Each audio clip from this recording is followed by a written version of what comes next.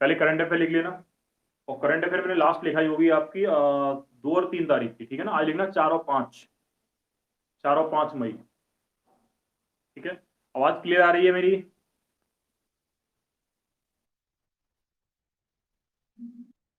हाँ,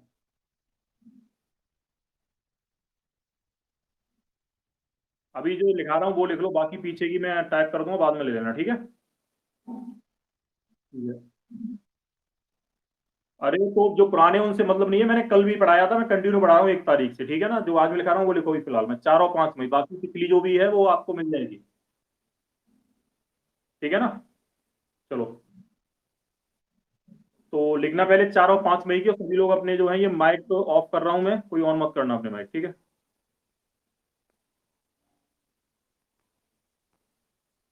पहला क्वेश्चन लिखना, विश्व प्रेस स्वतंत्रता दिवस, विश्व प्रेस स्वतंत्रता दिवस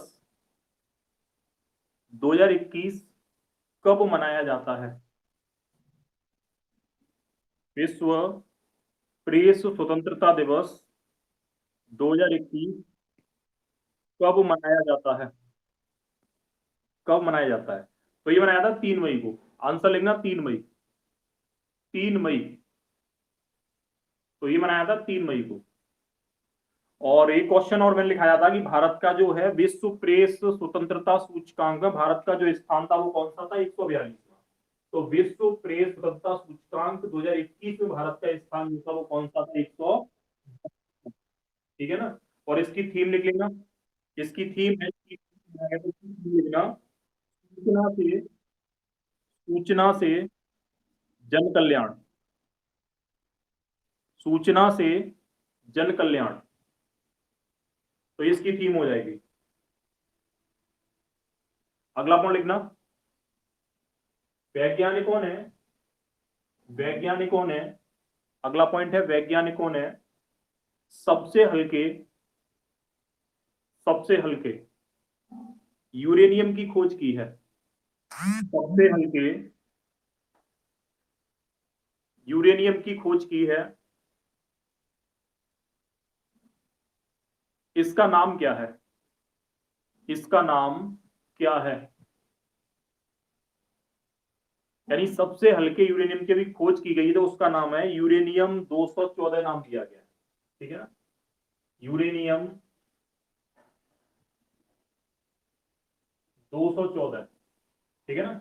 यू 214, तो यूरेनियम 214 जो है, ये हाल फिलहाल में यूरेनियम का सबसे हल्का जो है ये खोजा गया है, तो उसका नाम रखा गया है, ठीक है ना। और उसके अलावा मैं 2-3 पॉइंट और बता दूं कि यूरेनियम जो है, यूरेनियम से क्वेश्चन जो आते हैं वो ध्यान रखना। यूरेनियम, यूरेनियम से क्वेश्चन आते हैं कि यूरेनियम का मुख्य अयस्क क्या है? तो यूरेनियम का जो मुख्य अयस्क है वो आपका पिच ब्लेड है, ठीक है ना, पिच ब्लेड।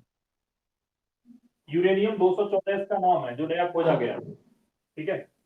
और यूरेनियम जो है इसका मुख्य अयस्क जो है वो है पिच ब्लेड, इससे आपका यूरेनियम प्राप्त होता है, ठीक है।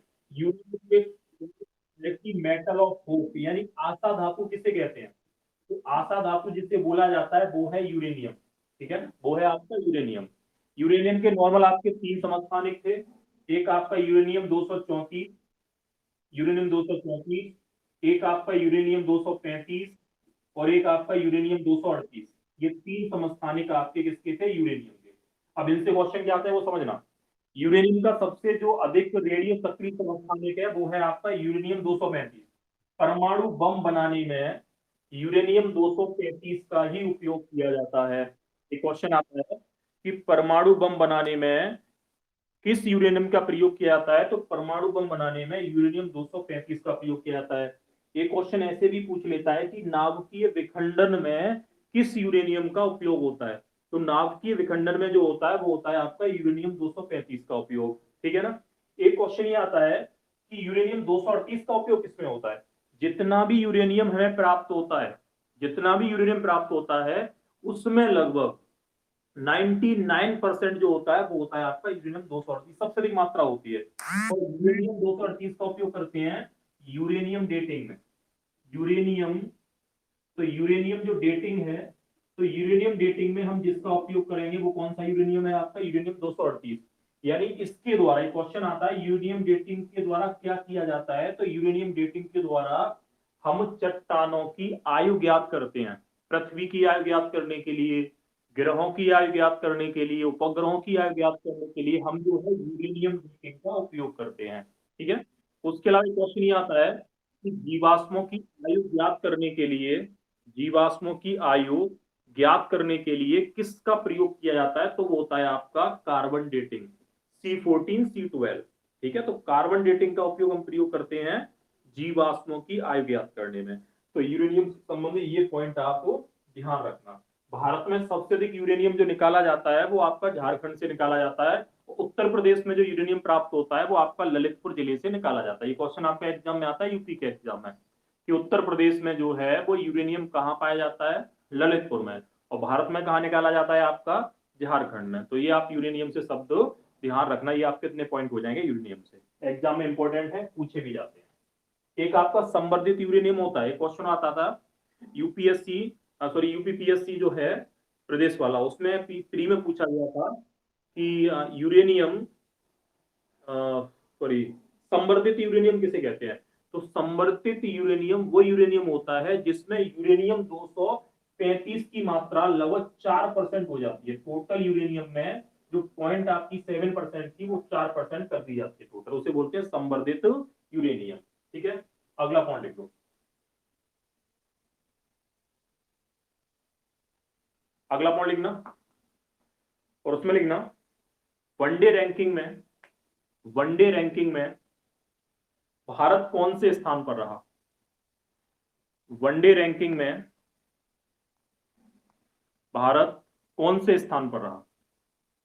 तो वनडे रैंकिंग में भारत जो रहा है वो रहा है आपका तीसरे स्थान पर। ठीक है। ओडीआई रैंकिंग में आपका तीसरे स्थान पर है, तो तीसरे स्थान पर है, और पहले पर आपका न्यूजीलैंड है और दूसरे पर आपका इंग्लैंड है। अभी फिलहाल में आपका जो 2020 से लेके 21 का भी जो निकला है यहाँ तक आपका मार्च, पहले पर आपका जो है वो है आपका न्यूजीलैंड, दूसरे पर ब्रिटेन। ये अभी तक आंकड़े आए आपके, यानी मार्च अप्रैल तक। ठीक है ना। इसमें क्या होता है, जो टीम बढ़िया खेलती है अंक बढ़ते जाते हैं, वो ऊपर होती जाती है। तो कभी अगले मैच किसी और ने बढ़िया खेला दूसरे नंबर वाले ने, तो उसकी रैंकिंग बढ़ गई तो वो आपका पहले नंबर पर हो गया, तो ये चलता रहता है। तो भारत जो है फिलहाल में तीसरे नंबर पर है। अगला पॉइंट लिखना, किस राज्य ने, या किस राज्य में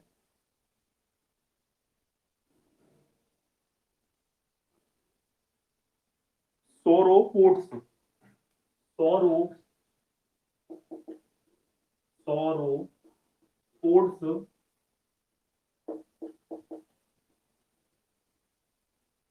सोरोपोर्ट्स, कोष्टक में लिख लेना डायनासोर, कोष्टक में लेना डायनासोर की 100 मिलियन यानी 100 मिलियन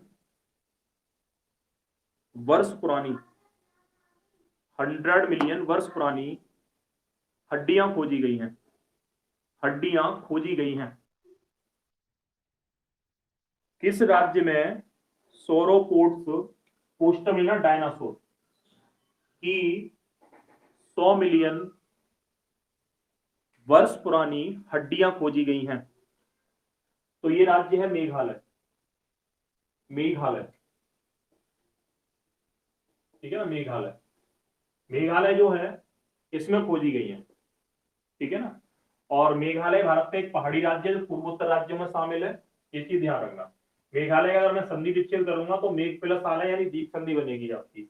मेघालय में आपका एक है बालफक्रम राष्ट्रीय उद्यान। ये क्वेश्चन पूछा जाता है कि बालफक्रम, बालफक्रम जो है ये राष्ट्रीय उद्यान कहां पर है, तो बालफक्रम राष्ट्रीय उद्यान जो है ये आपका मेघालय में है। उसके अलावा मेघालय में कौन है, नॉर्थ, नॉर्थ, तो मेघालय में आपको एक जैन मंडी आरक्षित क्षेत्र भी है, वो भी कहाँ पड़ता है, मेघालय में। ठीक है। मेघालय में आपकी गारो, खासी और जैंतिया, गारो, खासी और जैंतिया, ये पहाड़ियां भी कहाँ पर हैं, मेघालय में। तो मेघालय में आपको गारो, खासी, जैंतिया पहाड़ियां भी हैं, और ये आपकी जनजातियां भी है। एक और बता दूं मैं, भारत में खासी नदियों में एक स्थान है, इसका नाम है माथेरान। माथेरान मैं कितनी बार करूँ, तो ऑन कर लेते हैं। ठीक है हाँ, नहीं मैंने नहीं देखी उधर से। गारो खासी जयंतिया, तो माथेरान जो है ये सबसे अधिक वर्षा वाला स्थान है जो पड़ता है खासी पहाड़ियों में। खासी जिला भी है, खासी पहाड़ी भी। क्वेश्चन आता भी है कि माथेरान जो है ये किन पहाड़ियों में है, खासी पहाड़ियों में। और चेरापूंजी जो पहले था दूसरा सबसे अधिक वर्षा वाला स्थान है, ध्यान रखना। अगर पूछा जाए कि विश्व में दूसरा सबसे अधिक वर्षा वाला स्थान कौन सा है, तो है चेरापूंजी। ये भी आपकी मेघालय में खासी पहाड़ियों में स्थित है।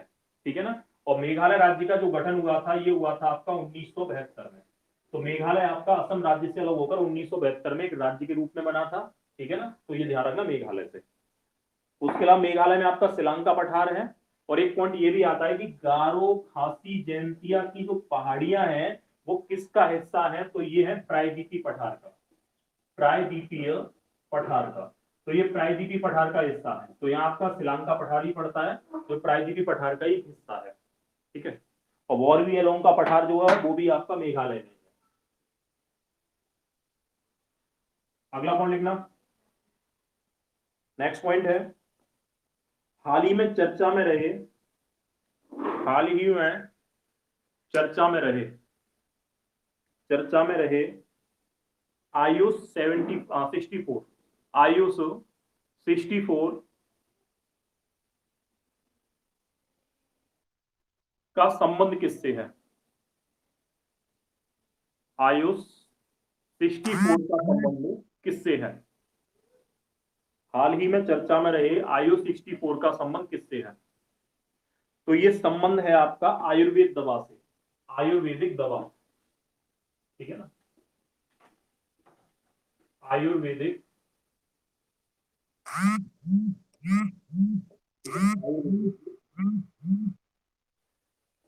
आयुर्वेदिक दवा। ये दवा जो थी, ये दवा आपकी जो बनाई गई थी वो 1980 बनाई गई थी। 1980 में ये दवा बनाई गई थी जो आपकी मलेरिया की दवा है। किसकी दवा है? मलेरिया। तो मलेरिया के लिए दवा बनाई गई थी, इसका नाम है आपका आयुष 64।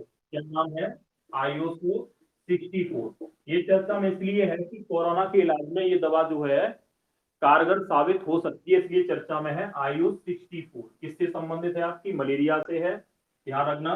फिलहाल में भी कोरोना के इलाज में इसका प्रयोग किया जाएगा। और मलेरिया जो है ये रोग जो है मच्छर के काटने से होता है, जिसका नाम है मादा एनाफिलिज। क्वेश्चन आता है कि किसके काटने से होता है, तो मादा एनाफिलिज।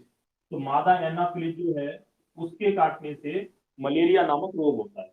और मलेरिया जो रोग होता है इसमें प्रोटोजोआ जुआ का नाम भी पूछा जाता है। तो प्रोटोजोआ जिसका नाम है प्लाज्मोडियम। ठीक है ना, प्लाज्मोडियम। तो प्लाज्मोडियम जो है ये किसमें पाया जाता है? ये पाया जाता है आपके एनाफिलिज के शरीर में पाया जाता है। तो ये कैसा रोग होता है? आपका प्रोटोजोआ से जनित रोग है मलेरिया। और मलेरिया में शरीर में आरबीसी की कमी हो जाती है, आरबीसी, लाल रक्त कणिकाओं की कमी हो जाती है। किसमें? मलेरिया में। डेंगू में जो होती है वो होती है प्लेटलेट्स की। ठीक है ना। तो डेंगू हुआ, मलेरिया हुआ, चिकनगुनिया हुआ, जापानी बुखार हुआ, ये सभी जो रोग हैं वो मच्छर के काटने से होते हैं। ठीक है, चलो अगला पॉइंट लिख लो।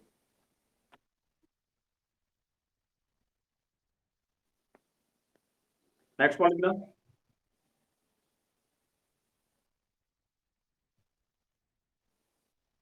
मैं बार बार आपके माइक म्यूट करता हूँ, आप उसे ऑन क्यों ले लेते हो?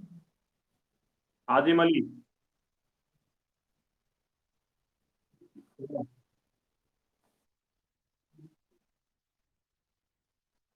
चिकनगुनिया जो होता है ये भी आपका मच्छर होता है, जो आपका डेंगू वाला मच्छर होता है ना, एंडीज इजिप्टी। एंडीज इजिप्टी जो मच्छर होता है उसके काटने से होता है। चिकनगुनिया भी होता है और आपका क्या नाम है, डेंगू भी होता है। ठीक है, अगला पॉइंट लिखना। उसमें लिखना, हाल ही में, हाल ही में G20 के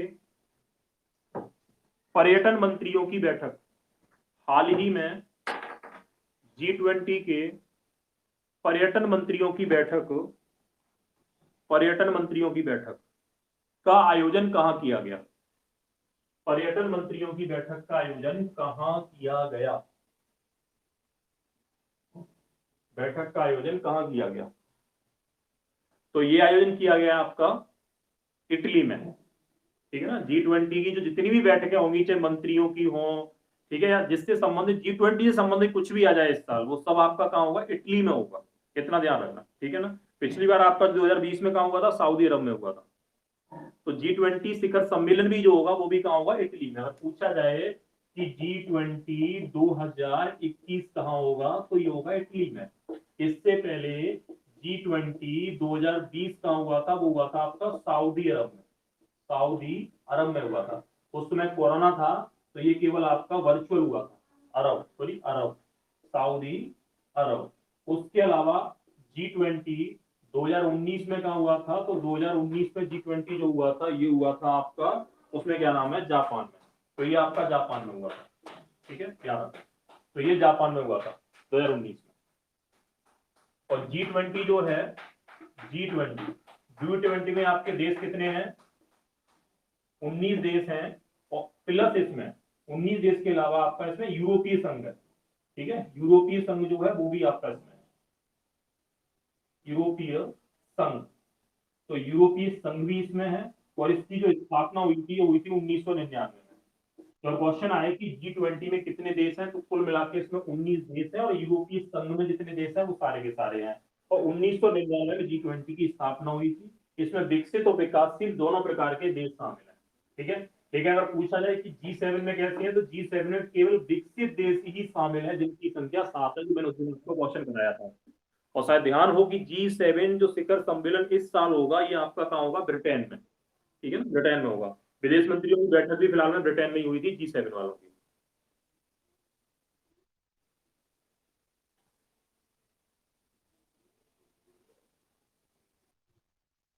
अगला पॉइंट लिखना। आज मैं भी अपना जो माउस है वो स्टडी अगर वो बार बार ओपन कर देते हो। नेक्स्ट पॉइंट लिखो। और एक दो तीन पॉइंट और मैं करा दूं आपका। G20 का जो अध्यक्ष है उसका नाम है मारियो ड्रोगी, ठीक है। G20 का जो अध्यक्ष चेयरमैन है उसका नाम है मारियो ड्रोगी, G20 का अध्यक्ष। और G20 अगर पूछा जाए तो G20 के जो देशों की जीडीपी है, जो विश्व की कुल जीडीपी का 80% है। और G20 में जितने भी देश हैं उनकी जो जनसंख्या है वो विश्व की जनसंख्या का लगभग 60% है, ठीक है ना। तो विश्व की जनसंख्या का लगभग 60% है आपका G20 वालों में। और अर्थव्यवस्था की जीडीपी देखी जाए तो वो 80% केवल G20 देशों में, ठीक है ना।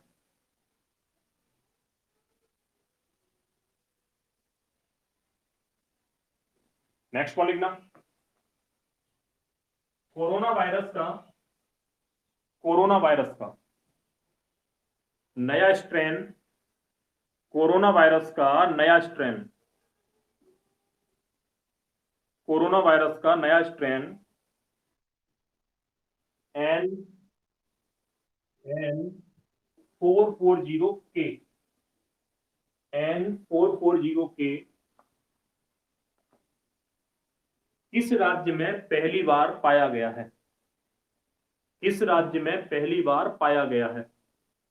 कोरोना वायरस का नया स्ट्रेन N440K किस राज्य में पहली बार पाया गया है? पहली बार पाया गया है जो जो 15 गुना जो 15 गुना ज्यादा संक्रामक है, जो 15 गुना ज्यादा संक्रामक है। 15 गुना किस राज्य में पाया गया है जो 15 गुना ज्यादा संक्रामक है? आंसर लिखना आंध्र प्रदेश, ठीक है ना। आंसर लिखना आंध्र प्रदेश, आंध्र प्रदेश, ठीक है ना। आंध्र प्रदेश जो है किसमें पाया गया? तो आंध्र प्रदेश की अगर मैं बात करूं तो आंध्र प्रदेश जो है भाषा के आधार पर गठित होने वाला भारत का पहला राज्य था 1953 में। तो 1953 में सबसे पहले आंध्र प्रदेश का गठन हुआ था। उसके अलावा एक क्वेश्चन आता है कि 1 नवंबर 1956 को इसका पुनर्गठन किया गया था।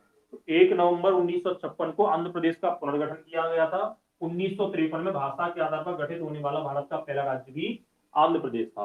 तो आंध्र प्रदेश का जो वर्तमान में जो स्वरूप है, वर्तमान में जो स्वरूप है, ये आपका जो आया था, ये आया था आपका 2 जून 2014। क्योंकि आंध्र प्रदेश से तेलंगाना राज्य अलग हो गया, फिर वर्तमान में जो आंध्र प्रदेश है ये आपका आया था 2 जून 2014 को, क्योंकि उस समय आपका तेलंगाना राज्य बना था। ये ध्यान रखना, ठीक है। आंध्र प्रदेश की 3 राजधानियां हैं। एक है आपकी अमरावती, अमरावती अमरावती आपकी कृष्णा नदी के किनारे है। दूसरी राजधानी है कुर्नूल, कुर्नूल कुर्नूल जो है ये आपका इसकी विधिक राजधानी है। उसके अलावा एक है आपका विशाखापत्तनम, विशाखापत्तनम, तो विशाखापत्तनम हो गया। तो अमरावती है, कुर्नूल है, विशाखापत्तनम है, ये इसकी आपकी कितनी राजधानियां हैं? 3 राजधानियां, ठीक है। भारत में कुल मिला के 5 राज्य ऐसे हैं जिनकी, जी, अमरावती है, कुर्नूल है, विशाखापत्तनम है आंध्र प्रदेश की राजधानी। और भारत में कुल मिला के 5 ऐसे राज्य हैं जिनकी 2 या 2 से अधिक राजधानियां हैं, 2 या 2 से अधिक राजधानियां हैं। जैसे जम्मू कश्मीर की श्रीनगर है, जम्मू है। हिमाचल प्रदेश की आपकी शिमला है, धर्मशाला है, ठीक है। उत्तराखंड की देहरादून है, गैरसैंण है, ठीक है। मुंबई की, सॉरी, महाराष्ट्र की मुंबई है, नासिक है। तो आंध्र प्रदेश की आपकी 3 राजधानियां। तो भारत में कितने ऐसे राज्य हैं जिनकी 2 से अधिक राजधानियां हैं? 5 राज्य, ठीक है। हाँ, सॉरी, हाँ, नागपुर, आपकी नागपुर हो जाएगी। नागपुर है और मुंबई, ठीक है। उसके अलावा,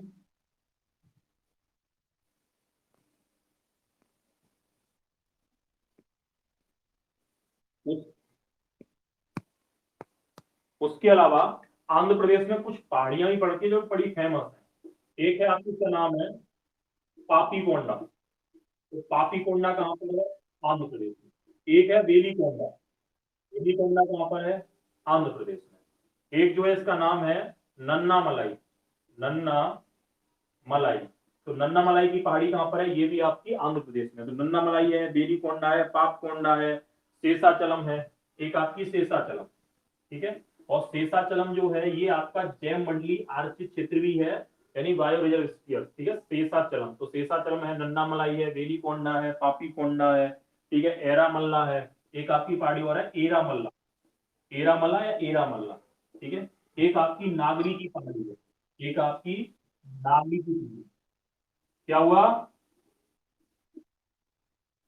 एक मिनट, अब आ रही है? पापी कोंडा, बेली कोंडा, नंदमलाई, शेषाचलम, एरामल्ला, नागरी की पहाड़ियां, ये सभी पहाड़ियां आपकी आंध्र प्रदेश राज्य में पड़ती हैं, ठीक है ना, ध्यान रखना। तो आंध्र प्रदेश राज्य में भारत का सबसे बड़ा टाइगर रिजर्व जिसका नाम है नागार्जुन श्रीशैलम, ठीक है, सबसे बड़ा नागार्जुन श्रीशैलम, श्रीशैलम। तो ये जो है भारत का सबसे बड़ा टाइगर रिजर्व है, वो भी आपका कहां पर पड़ता है? वो भी आपका आंध्र प्रदेश में पड़ता है, ठीक है। आंध्र प्रदेश में आपकी 2 झीलें बड़ी फेमस हैं, ध्यान रखना। जो आपकी लैगून झीलें हैं, एक आपकी इसका नाम है कोलेरू झील, कोलेरू, ये ताजे पानी की झील है, ध्यान रखना। एक है आपकी, इसका नाम है पुलिकट झील, पुलिकट। तो पुलिकट झील जो है ये आपकी खारे पानी की झील है, जो लैगून झील है। तो कोलेरू झील और पुलिकट झील दोनों झीलें आपकी आंध्र प्रदेश में पड़ती हैं, ठीक है ना। तो ये हो जाएगा आपका करंट अफेयर के इतने ही पॉइंट थे। अब आ जाओ संविधान में, संविधान में आ जाओ जी।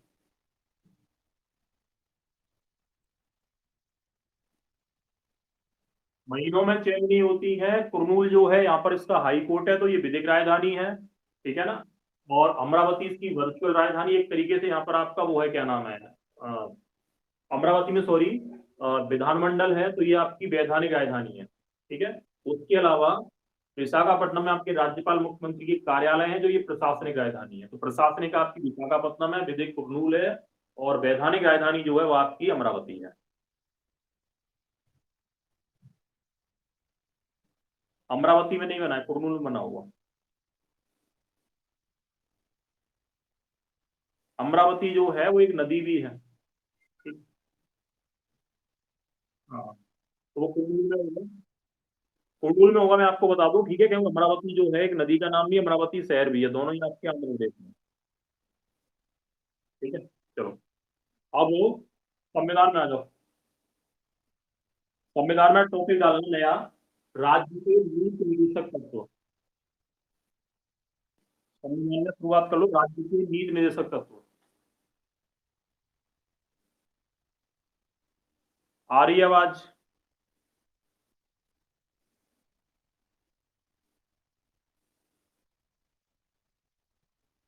क्या हुआ? राज्य के निदेशक तत्व। देखो आपकी आवाज कट कट के आ रही है अंकित। नेटवर्क में प्रॉब्लम है आपके कुछ? हाँ।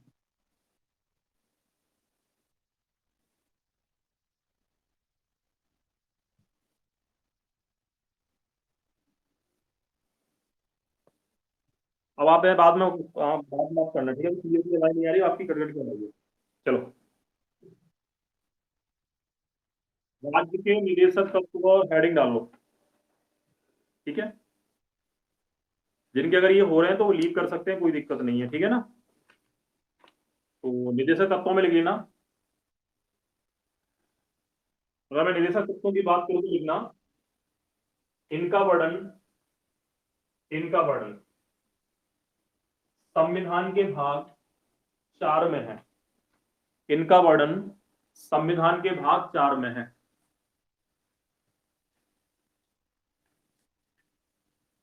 संविधान के भाग 4 में है। ये अनुच्छेद, अनुच्छेद 36 से 36 एंड 36 से 51 तक है। 36 से 51 तक है। 51 तक है।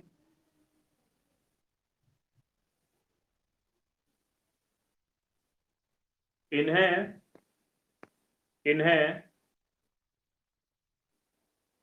आयरलैंड के संविधान से लिया गया। इन्हें आयरलैंड के संविधान से लिया गया है।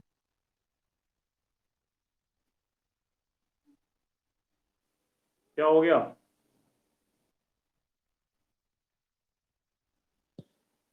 देखो इसमें बहुत सारे बच्चे पढ़ रहे हैं, ठीक है, तो कोई गांव से पढ़ रहा है, कोई कहीं से पढ़ रहा है, तो थोड़ी दिक्कत होती है आवाज में, ठीक है। अब बीच में कोई बात नहीं करेगा, जितना मैं लिखा हूँ फटाफट लिखो, चलो।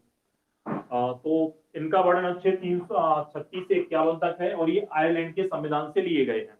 अगला पॉइंट लिखना, आयरलैंड के संविधान में, आयरलैंड के संविधान में निदेशक तत्व, निदेशक तत्व 1937 में शामिल किए गए। 1937 में शामिल किए गए। 1937 में शामिल किए गए।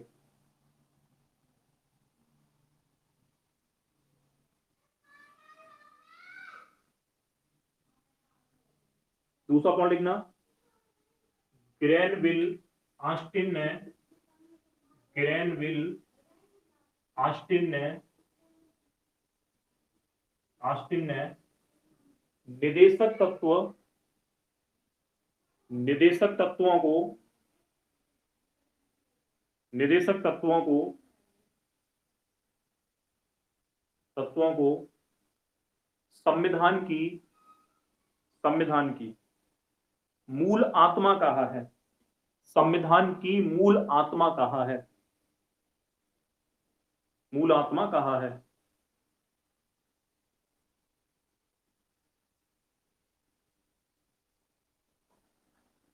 मूल आत्मा कहा है। तथा निदेशक तत्वों को संविधान का हृदय भी कहते हैं। निदेशक तत्वों को संविधान का हृदय भी कहते हैं। हृदय भी कहते हैं। हृदय भी कहते हैं।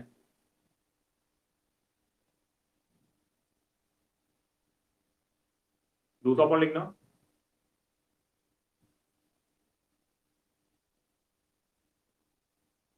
निदेशक तत्वों में, निदेशक तत्वों में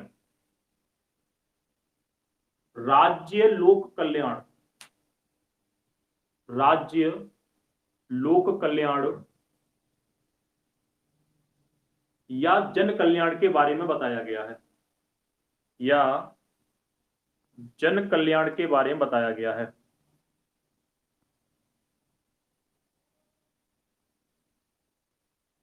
बताया गया है।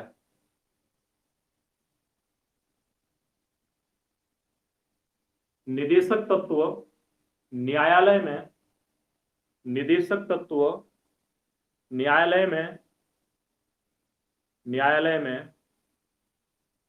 न्याय योग्य नहीं है। न्याय योग्य, वाद योग्य, न्याय या वाद योग्य नहीं है, या वाद योग्य नहीं है। अब ये समझना है क्या, यानी निदेशक तत्वों को आपका न्याय योग्य नहीं माना गया है, वाद योग्य नहीं माना गया है। यानी किसी भी व्यक्ति के निदेशक तत्वों से संबंधित किसी भी अधिकार का हनन होता है तो व्यक्ति न्यायालय में नहीं जाएगा या न जा पाएगा, उसके लिए कोई प्रावधान नहीं है। निदेशक तत्वों में राज्य के द्वारा जन कल्याण के लिए योजनाएं बनाई जाती है, उन योजनाओं को लागू किया जाता है। ठीक है ना, जन कल्याण के लिए योजनाएं बनाई जाती है और उन योजनाओं को लागू किया जाता है, ये चीज ध्यान रखना। इसलिए वो योजना राज्य सरकार ने बनाई, राज्य सरकार उसे कभी भी वापस ले सकती है, आप न्यायालय में नहीं जा सकते। लेकिन मौलिक अधिकार जो व्यक्ति के प्रॉपर हैं, मौलिक अधिकार जो व्यक्ति के प्रॉपर है, जिसके लिए वो न्यायालय में जा सकता है। ठीक है ना, याद रखना। नेक्स्ट वाला लिखना, ठीक है। नेक्स्ट वाला लिखना, निदेशक तत्व, निदेशक तत्व आर्थिक और सामाजिक लोकतंत्र की स्थापना करते हैं। आर्थिक और सामाजिक लोकतंत्र की स्थापना करते हैं। आर्थिक और सामाजिक लोकतंत्र की स्थापना करते हैं।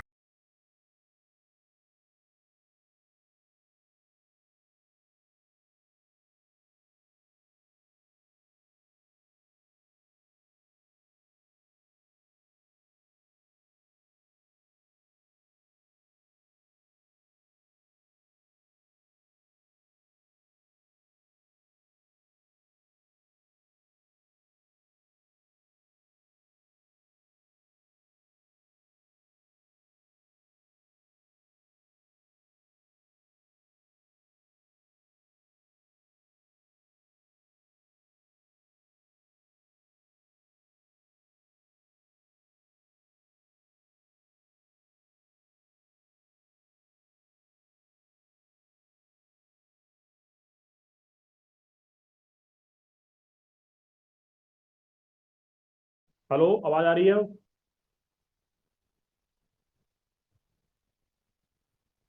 अरे वो कॉल आ रही थी इसलिए कॉल उठा ली थी। कॉल क्यों उठा रहे हो? शांत हो जाओ। ठीक है, तो मैंने क्या बोला, क्या लिखाया था बताना मुझे।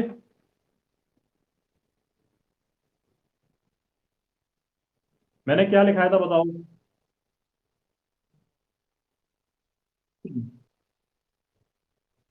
नेक्स्ट कौन लिखना, निदेशक तत्वों में, निदेशक तत्व आर्थिक और सामाजिक लोकतंत्र की स्थापना करते हैं। आर्थिक और सामाजिक लोकतंत्र की स्थापना करते हैं, यानी इसमें सभी के आर्थिक हित और सामाजिक हितों को बढ़ाया जाएगा। ठीक है, जिससे आपकी सैलरी से लेके, इनकम से लेके, नौकरी से लेके, ठीक है ना, समाज में आपका न्याय वगैरह, शिक्षा वगैरह, जातियों से संबंधित, जो मैं भी लिखाऊंगा वो सब इसमें आ जाएंगे। ठीक है, दूसरा पॉइंट लिखना, निदेशक तत्वों में समाजवादी सिद्धांत, समाजवादी सिद्धांत,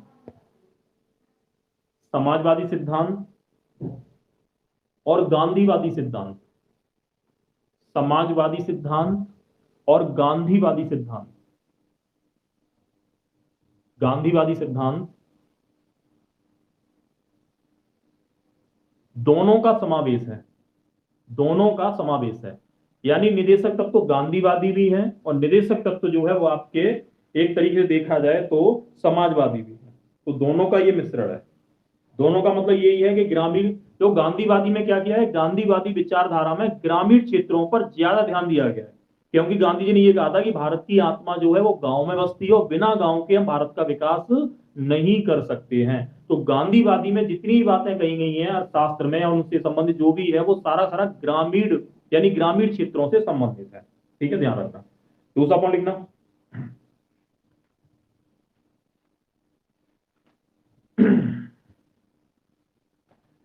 42वें संविधान संशोधन के द्वारा 42वें संविधान संशोधन के द्वारा निम्नलिखित निदेशक तत्व जोड़े गए। 42वें संविधान संशोधन के द्वारा निम्नलिखित निदेशक तत्व जोड़े गए। निदेशक तत्व जोड़े गए। 42वें संविधान संशोधन के द्वारा निम्नलिखित निदेशक तत्व जोड़े गए। निम्नलिखित निदेशक तत्व जोड़े गए।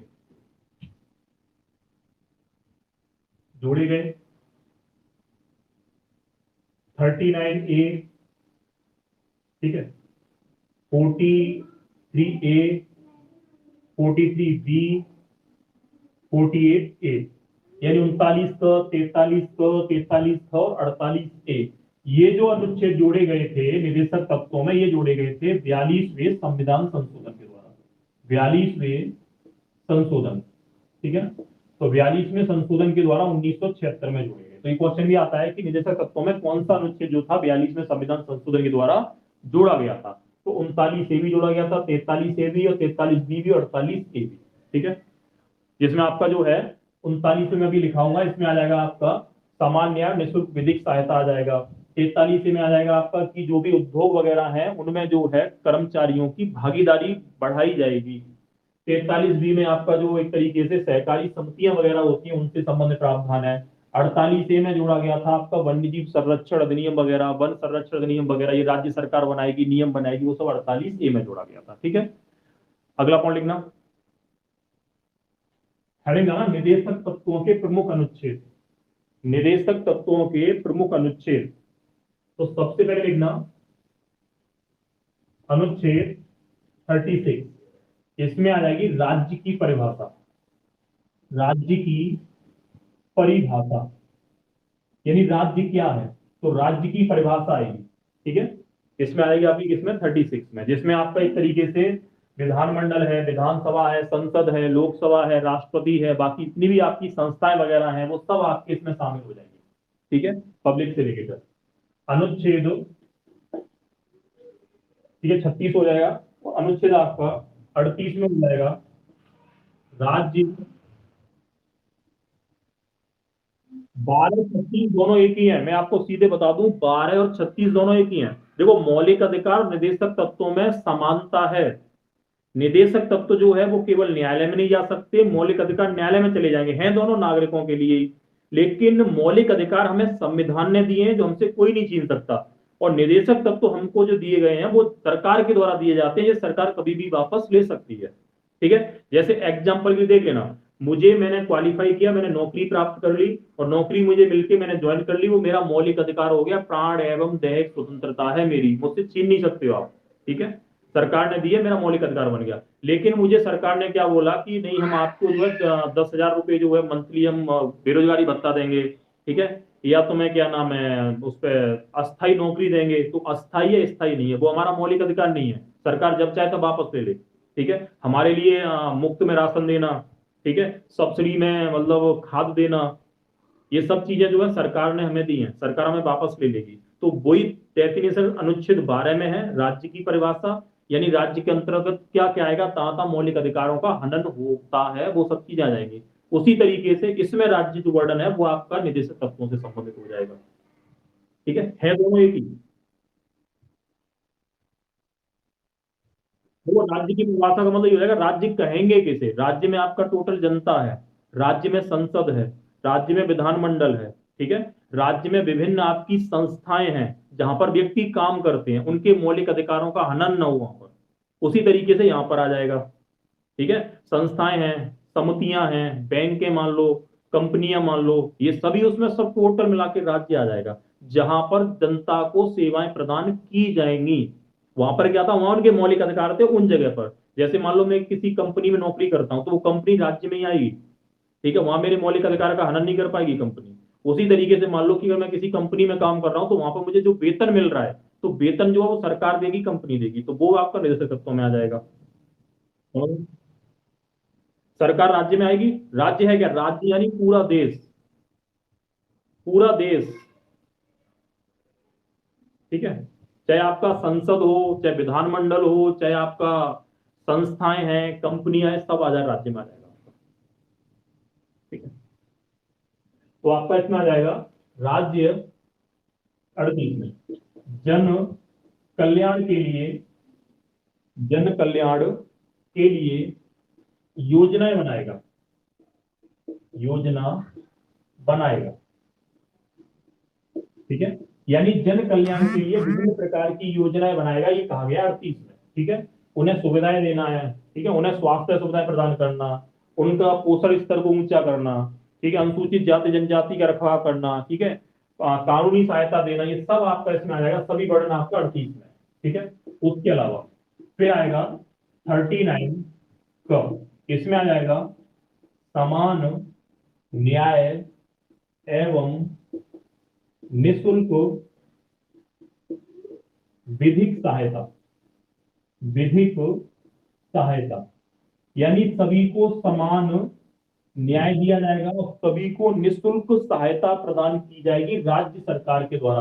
पुलिस थाने, पुलिस है, कोर्ट है, जज वगैरह न्याय दिलाएंगे, ये सब आपकी जनता के लिए निःशुल्क है, किसी प्रकार का कोई भी शुल्क नहीं लिया जाएगा और सभी के लिए समान न्याय किया जाएगा, ठीक है। ये व्यवस्था राज्य सरकार करेगी, ये सब राज्य सरकार करेगी, ठीक है। 39 का फिर है आपका अनुच्छेद 40, तो इसमें हो जाएगा ग्राम पंचायतों का संगठन, ग्राम पंचायतों का संगठन, यानी राज्य सरकार जो है वो अपने राज्य में ग्राम पंचायतों का एक संगठन बनाएगी जो विधानमंडल के द्वारा पारित किया जाएगा। एक पॉइंट ध्यान रखना, मैं क्लियर कर दूंगा आपको, अनुच्छेद 40 है और एक अनुच्छेद आपका 243 है, ये दो अनुच्छेद आपके ग्राम पंचायतों से ही हैं, लेकिन ये संगठन क्या है और ये गठन क्या है, ये हो जाएगा गठन, ग्राम पंचायतों का गठन, अंतर क्या वो समझ लो। 40 में राज्य सरकार अपने राज्य में विधानमंडल के द्वारा नियम बना के ग्राम पंचायत से संबंधित एक नियम बनाएगी, एक नियमावली बनाएगी, जिससे ग्राम पंचायतों का संगठन हो सके उसमें, यानी ग्राम पंचायत का गठन हो सके। लेकिन 43 में क्या होगा कि ग्राम पंचायतों के चुनाव कराना, कौन कराएगा, क्या क्या योग्यताएं हैं, ग्राम पंचायत में कौन कौन से विषय आए हैं, तो ये सब चीजें आपकी 43 में आएंगी। लेकिन होगी, राज्य में ग्राम पंचायतें होगी, ये बात आपकी 40 में, ठीक है।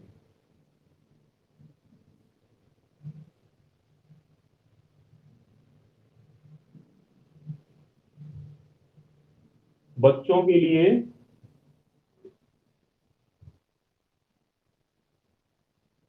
हाँ ये राज्य की जिम्मेदारी है, लेकिन ये आपका 39 में है। हाँ वो आपका प्रॉपर 39 में आएगा, ना कि 39 का में आएगा, मैं आपको क्लियर कर दे रहा हूँ, ठीक है। 39 में आएगा, हाँ। अनुच्छेद 40 में आया ग्राम पंचायत और संगठन, फिर उसके अलावा है आपका अनुच्छेद 41, 41 में आ जाएगा कि कुछ दशाओं में या कुछ मामलों में, कुछ मामलों में काम का अधिकार, काम का अधिकार, यानी जो हमें काम दिया जाएगा उसका अधिकार, काम का अधिकार, शिक्षा का अधिकार, शिक्षा का अधिकार, तो शिक्षा का अधिकार भी इसमें आएगा। उसके अलावा एक चीज है ना, शिक्षा का अधिकार प्रॉपर आपका 45 में, लेकिन मैं इसमें थोड़ा करा दे रहा हूँ, काम का अधिकार है, शिक्षा का अधिकार है, और लोक सहायता है, लोक सहायता पाने का अधिकार, ये जो आएगा वो किसमें आएगा, वो आएगा आपका 41 में आएगा, ठीक है ना, वो 41 में आ जाएगा। अब ये समझ लेना, अनुच्छेद 40 में एक क्वेश्चन आता है कि काम की जो हमें गारंटी दी जाती है, जैसे मनरेगा में है, तो मनरेगा में भारत सरकार के द्वारा जो है 120 दिन, ठीक है, पहले 100 दिन था, पहले 90 दिन था, फिर 100 कर दिया, उसके बाद कर दिया आपका 120 दिन की काम की गारंटी। तो ये जो गारंटी दी जाती है वो दी जाती है आपकी अनुच्छेद 41 के तहत, कि हमें काम दिया जाएगा, राज्य सरकार हमें काम देगी जिससे हम अपना भरण पोषण कर सकें। तो मनरेगा वगैरह योजनाएं हैं, या और कोई योजना है जो काम से संबंधित है वो राज्य सरकार के द्वारा अनुच्छेद 41 के द्वारा चलाई जाएगी। उसके बाद लिखना अनुच्छेद 42, ठीक है ना। और अनुच्छेद 42 में जो आ जाएगा वो आ जाएगा मातृत्व सहायता का उपबंध। अनुच्छेद 42 इसमें आ जाएगा मातृत्व सहायता का उपबंध, सहायता का उपबंध, ठीक है। इसमें जो आपका प्रसूति सहायता है, जो स्त्रियां गर्भवती होती हैं उनसे संबंधित जो भी योजनाएं वगैरह हैं वो सब आपके अनुच्छेद 42 के द्वारा चलाई जाएंगी, ठीक है। 43 में आ जाएगा कर्मकारों के लिए, कर्मकार जो मजदूर जो होते हैं, काम करने वाले जो होते हैं, तो कर्मकारों के लिए निर्वाह मजदूरी, निर्वाह मजदूरी। अब ये है क्या वो समझना, यानी हमें जो न्यूनतम वेतन की जो गारंटी दी जाती है वो अनुच्छेद आपका 43 के द्वारा ही दी जाएगी। न्यूनतम वेतन की गारंटी हमें जो सरकार के द्वारा दी जाएगी वो आपका अनुच्छेद 43 के द्वारा ही दी जाएगी। ध्यान रखना, जो वेतन वगैरह दिया जाता है वो सब सरकार के द्वारा, इसके द्वारा दिया जाएगा। 43 ए में आ जाएगा उद्योगों में, उद्योगों में कर्मचारियों की भूमिका, कर्मचारियों की भागीदारी, की भागीदारी। तुमने देखा होगा कि बहुत सारे जो भी मिल वगैरह होते हैं उसमें मजदूरों का एक संगठन होता है, उनका एक नेता होता है, और वो नेता जो होता है कंपनी के मालिक के साथ बैठ के अपनी प्रॉब्लम वगैरह, क्या चीज इसमें शामिल की जाए, क्या हटाया जाए, तो जो भी मतलब उन्हें इस तरीके से शामिल करने के लिए कहा गया है वो कहा गया 43 ए में कि कर्मचारी भी जो है उद्योग में बराबर के भागीदार होंगे, ठीक है, अपने विचार रखने के लिए। ये 43 ए में आएगा।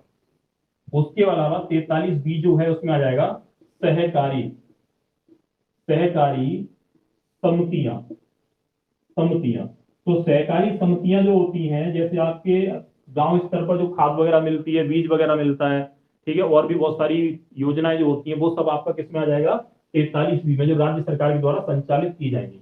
उसके अलावा 44 वाला ये अनुच्छेद बड़ा फेमस है, तो 44 में आ जाएगा आपका एक समान, एक समान सिविल संहिता, कॉमन सिविल कोड, एक समान सिविल संहिता यानी कॉमन सिविल कोड। इसमें क्या है कि सभी धर्मों के लिए कानून बराबर रहेगा, किसी धर्म का कोई अपना कानून नहीं होगा, यानी सभी धर्मों को समान लेके चला जाएगा कानून के हिसाब से, ठीक है। लेकिन ये केवल अनुच्छेद 44 गोवा में ही लागू है। क्वेश्चन आता है कि कॉमन सिविल कोड जो है वो केवल किस राज्य में लागू है, तो वो लागू है आपका गोवा में, ठीक है। उसके अलावा बता दूंगा ये है क्या, जैसे मुसलमानों के लिए अलग कानून है, शादी के कानून अलग हैं, ठीक है, उनके धर्म से संबंधित कानून अलग हैं, लेकिन हिंदुओं के अलग हैं। तो इसके लिए घमासान मचा हुआ था, बीजेपी सरकार आई थी पिछली बार 2014 में, तो उन्होंने 3 मुद्दे उठाए थे। एक अनुच्छेद 370 सॉल्व कर दिया, ठीक है। एक राम मंदिर के निर्माण की बोला था, और एक बोला था कि हम इसको भी खत्म कर देंगे, पूरे भारत में हम समान सिविल कोड लागू कर देंगे, लेकिन फिलहाल में ये भारत में लागू नहीं है, ठीक है। उसके अलावा अनुच्छेद 45 में आएगा शिक्षा का अधिकार, शिक्षा का अधिकार। लेकिन ये अधिकार कोई मौलिक अधिकार नहीं है, ये राज्य का कर्तव्य है कि बच्चों की शिक्षा के लिए स्कूल का प्रबंध कराए, शिक्षक का प्रबंध कराए, किताबें उपलब्ध कराए, बस्ता उपलब्ध कराए, ये सब आपकी किसमें आएगा 45 में। लेकिन 45 में ध्यान रखना, इसमें 0 से 6 वर्ष, ठीक है, 6 से 14 वर्ष, और इसी में आ जाएगा प्रौढ़ शिक्षा। एक क्वेश्चन आता है कि प्रौढ़ शिक्षा किस अनुच्छेद में आता है, तो प्रौढ़ शिक्षा जो आता है वो आता है आपका अनुच्छेद 43 में, ठीक है। बाकी 6 से 14 वर्ष तक के बच्चों के लिए मुफ्त शिक्षा देना प्रावधान 45 में आएगा। बच्चे का मौलिक अधिकार जो आएगा वो 21 का में आएगा, ठीक है। और माँ बाप का जो कर्तव्य आएगा वो 51 का में।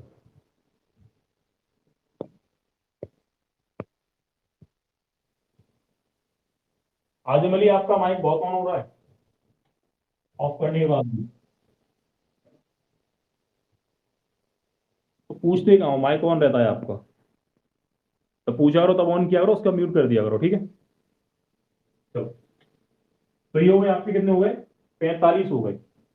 तो एक चीज ध्यान रखना, 45 अनुच्छेद में जो है वो राज्य का कर्तव्य होगा कि राज्य विद्यालय उपलब्ध कराएगा, निर्देशक तत्वों में जाएगा। 21 का में बच्चे का मौलिक अधिकार है, और 51 का में जो है वो माँ बाप का कर्तव्य है कि बच्चे को स्कूल भेजे। ठीक है। उसके बाद अनुच्छेद 46, अनुच्छेद 46 में जो आएगा वो आएगा अनुसूचित जाति,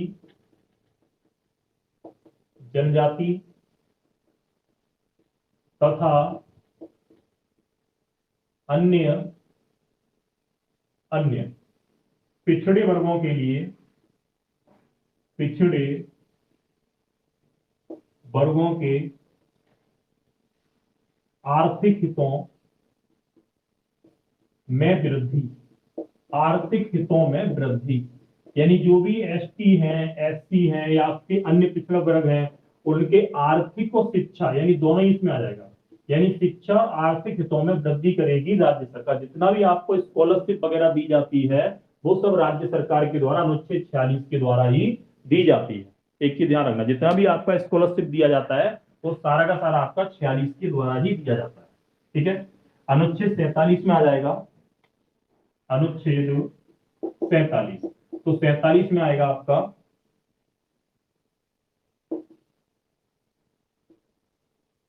राज्य में पोषाहार स्तर, पोषाहार स्तर कौमा जीवन स्तर, जीवन स्तर, ठीक है, को बढ़ाना। ठीक है। पोषाहार स्तर है, जीवन स्तर है, इन सबको बढ़ाना, अच्छी चिकित्सा देना। ठीक है ना। यानी राज्य में जो भी व्यक्ति है वो भूखा ना रहे, सबको खाना मिले, सबको पोषण मिले, यानी इसको सबको पोषाहार मिले, सभी का जीवन स्तर ऊंचा हो, इसके लिए राज्य के द्वारा कई योजनाएं चलाई जाती हैं। वो आपका किसमें आ जाएगा? हाँ हाँ, वो प्रतिबंध भी लगा सकता है। अगर मान लो कोई ऐसा ऐसी मतलब खाद्य पदार्थ है जो नुकसान पहुंचा रहा है, यानी सेहत से संबंधित, तो उस पर प्रतिबंध भी लगाया जा सकता है। ठीक है। तो ये सब आपका इसी में आएगा। जो भी खाने पीने से संबंधित, स्वास्थ्य से संबंधित, पोषण से संबंधित, चिकित्सा से संबंधित, जीवन स्तर से संबंधित जो भी योजनाएं हैं, हटाना बढ़ाना, वो सब आपका आएगा अनुच्छेद 47।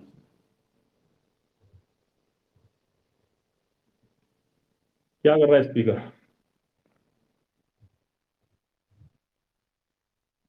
वो केवल आपका ये हो रहा होगा, क्या नाम है, माइक जब ऑफ हो जाते हैं तो उस समय ये आवाज बाउंस होने लगती है। ठीक है। तो इसलिए माइक अपने ऑफ रखा करें केवल।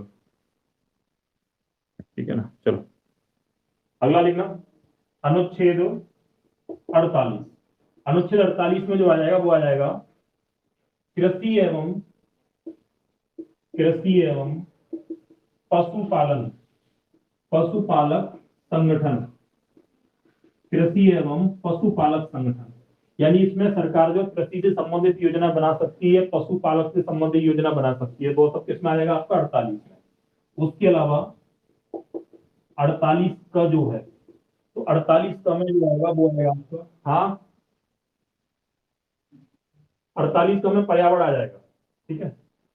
इसमें आ जाएगा पर्यावरण, वन एवं वन्य जीव, एवं वन्य जीव संरक्षण।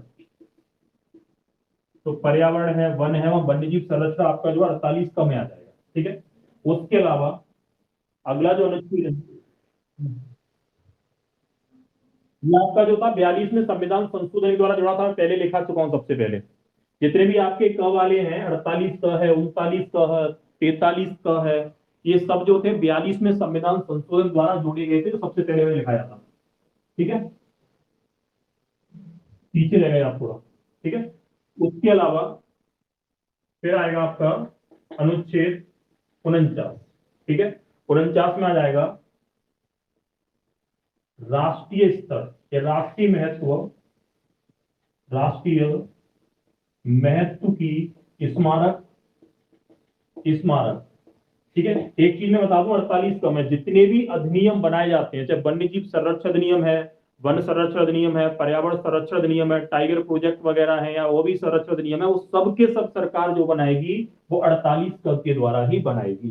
ठीक है ना। आ जाओ 49 में, राष्ट्रीय महत्व की स्मारक या स्थानों का संरक्षण, का संरक्षण।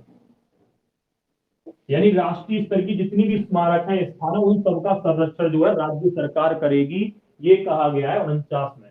जैसे ताजमहल है, लाल किला है, अन्य चीजें हैं, स्थान वगैरह है, जो पाषाणकालीन स्थान है, सबका संरक्षण करेगी राज्य सरकार। ये आपका 49 में है, ठीक है। फिर आएगा अनुच्छेद 50 में, इसमें आ जाएगा न्यायपालिका का कार्यपालिका से पृथककरण। कार्यपालिका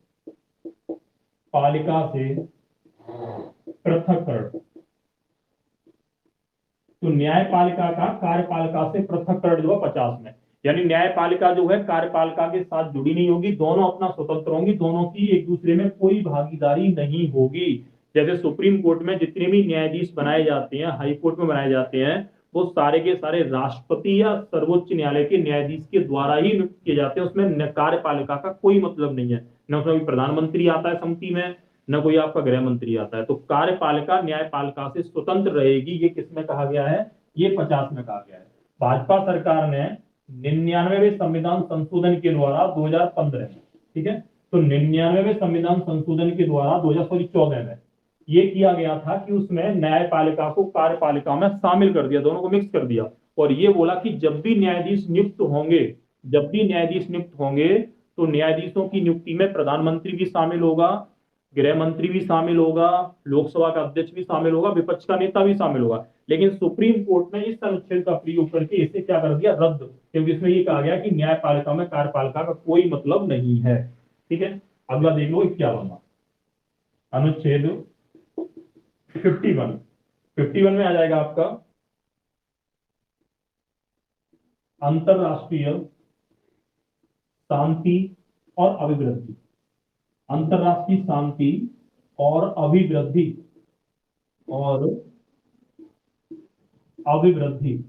तो अंतरराष्ट्रीय शांति और वृद्धि की जो बात कही गई है वो अनुच्छेद 51 में कही गई है। यानी राज्य सरकार जो है या भारत सरकार जो है अपने पड़ोसी देश या अन्य देशों से जो है शांतिपूर्ण संबंध स्थापित करेगी, ये बात आपकी जो है वो कही गई है 51 में, ठीक है। तो ये हो गए आपके निर्देशक तत्व। क्लास आपकी पूरा 1 घंटा खींच गई है, ठीक है, 1 घंटा हो गया पूरा। हाँ जी, देखो कल से जो रहेगा वो आपका पेबल रहेगा, ठीक है, क्योंकि इसमें जो बच्चे बहुत सारे जुड़ चुके हैं, तो इसको मैं कल से पेबल करूंगा, क्योंकि उसमें जुड़े ज्यादा हैं तो लाइव कम है। तो केवल आपके वही बच्चे हैं जैसे आ रहे हैं, जा रहे हैं, आ रहे हैं, जा रहे हैं, ऐसा नहीं रहा, कंटिन्यू आप पढ़ें उसमें, ठीक है। तो पेबल मैंने बता दिया था आपको कि हाँ बोलो। देखो आपको पे जो करना पड़ेगा ऑनलाइन करना पड़ेगा, ठीक है, गूगल पे वगैरह से या फोन पे वगैरह से, ठीक है। उसमें ये रहेगा एक क्लास का आपका, मैं पहले आपको बता दूं, एक क्लास का